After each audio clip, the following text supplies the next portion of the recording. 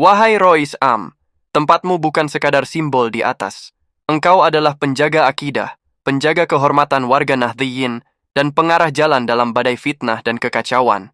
Kini, saat sebagian warga NU dijadikan bahan olok-olok hanya karena berani mengkritisi nasab palsu di mana engkau berdiri, saat nama para kiai pribumi dicemooh oleh segelintir elit keturunan yang membungkus otoritas agama dengan silsilah, mengapa engkau memilih diam? Ketika suara kebenaran disampaikan oleh PWILS Perjuangan Wali Songo Indonesia yang mengangkat nasab dan jejak Wali Songo dengan pendekatan akademik, justru petinggi PBNU malah menutup telinga dan menyerang balik. Siapa yang mengizinkan kalian meragukan nasab Ba'alawi? Ini bukan perkara suka atau tidak suka, bukan juga sekadar pertikaian personal. Ini soal keberanian membela kebenaran. Jika NU hanya dibela ketika urusan politik atau rebutan jabatan, lalu bagaimana dengan mereka yang difitnah hanya karena menyuarakan validitas nasab? Di mana ruh al-haq yang engkau warisi dari Hadratus Syekh Mbah Kiai Hashim Asy'ari? Ironis bukan? Ketika kaum santri berani membuka manuskrip, mengurai dokumen, dan memeriksa jejak historis para habib, mereka justru dianggap pembangkang oleh pengurus ormas yang katanya pewaris perjuangan Wali Songo. Kalau hari ini Rois Am diam, maka sejarah akan mencatat bahwa PBNU pernah dipimpin oleh seseorang yang tidak hadir dalam detik-detik ketika warga kecil NU diterkam oleh para pengklaim keturunan yang tak mau diselidiki.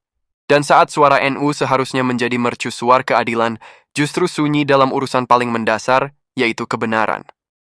Wahai petinggi PBNU, mengapa kalian begitu mudah merangkul klaim nasab Ba'alawi tanpa kritik, tapi begitu cepat memusuhi mereka yang membela validitas sejarah Wali Songo?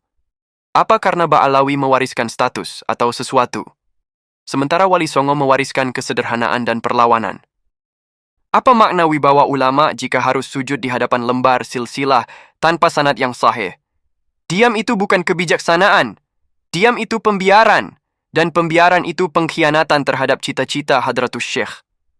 Kini NU seperti perahu besar yang mesinnya didiamkan, dikemudikan oleh bisu berjubah adab, tapi membiarkan gelombang pengkultusan darah mulia menghantam dasar-dasar tawadu, ilmu, dan egalitarianisme pesantren. Ketika seorang petinggi NU lebih sibuk mengafirmasi silsilah dari luar Nusantara dan menstigma peneliti lokal sebagai pengacau, maka PBNU telah berubah menjadi alat pelindung kasta darah, bukan penjaga ilmu dan sejarah. Mengapa PWILS dianggap menyulut fitnah? Padahal mereka hanya bertanya, mana bukti otentik nasab yang kalian agungkan itu? Sedangkan yang menjawab dengan fitnah dan ancaman malah kalian diamkan, bahkan kalian peluk.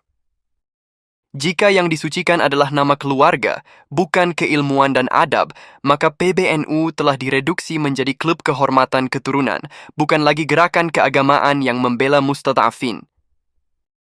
Dan ketika Rois Am memilih tak bersuara, bahkan menindas peneliti pribumi dari kepalsuan nasab, ia bukan sedang menjaga ukhuwah, tapi justru membiarkan NU dicap sebagai ormas besar yang takut pada bayang-bayang nasab.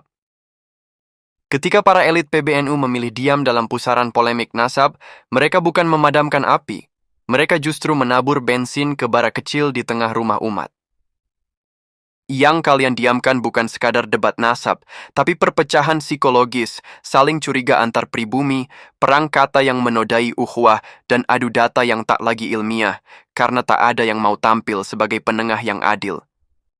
Kini sesama anak pribumi saling tuduh, saling bentak, saling menjatuhkan, padahal mereka berasal dari tanah yang sama, mengaji di langgar yang sama, dan pernah sujud di sajadah yang sama. Yang kalian biarkan ini bukan hanya perdebatan akademik, tapi kalian biarkan harga diri para kiai pribumi dihina oleh silsilah yang tak terbukti. Kalian biarkan kiai-kiai muda NU dikubur reputasinya karena mempertanyakan kebohongan berjubah nasab. Kalian tidak hadir untuk menyelesaikan. Kalian hadir hanya untuk menjaga kenyamanan relasi dengan para pemilik gelar Habib, walau itu artifisial. Lalu kami sesama anak deso saling cakar di kolom komentar, saling adu kutipan, saling lempar screenshot. Sementara kalian, para pengurus besar, bersembunyi di balik kalimat jaga ukhuwah yang kosong makna. Gatot Koco mangan beling, wes kadung dimuliakno ternyata maling. Ukhuwah macam apa? ketika kami disuruh diam menghadapi kebohongan? Ukhuwah macam apa? Ketika anak cucu Wali Songo dicurigai, tapi silsilah penuh lobang tidak boleh disentuh dan dikritisi? Alafwa minkum ihdinas syirathul mustaqim, wallahu muwafiq ila aqwami thariq. Wassalamualaikum warahmatullahi wabarakatuh.